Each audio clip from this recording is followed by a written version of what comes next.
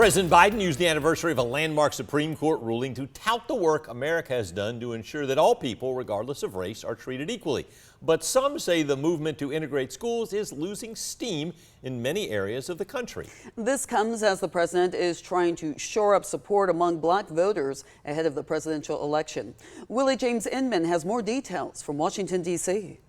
President Biden arrived at the National Museum of African American History and Culture to commemorate the 70th anniversary of the landmark Supreme Court ruling ending school segregation. When the Supreme Court ruled in Brown versus the Board of Education that racial segregation in public schools is unconstitutional, a prayer was answered in a long struggle for freedom. Thursday, the president met with some of the plaintiffs in the case and their families at the White House. They praised the Supreme Court ruling, saying it impacted the lives of every American.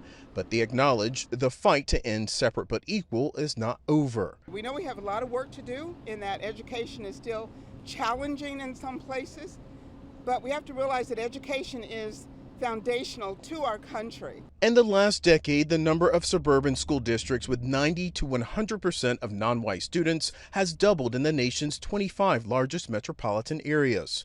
These so-called resegregated schools face limited resources and more teacher shortages than predominantly white schools. Those districts represent 30% of the nation's entire public school enrollment.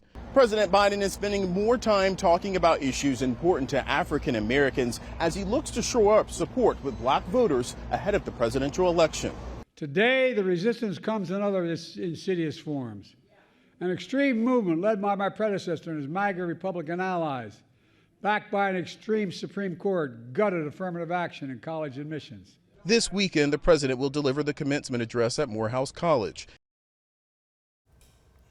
A CBS News poll from early March showed black voters' support for President Biden has dropped. It dropped from 87% who said they voted for him in 2020 to 76% who say they will vote for him in November.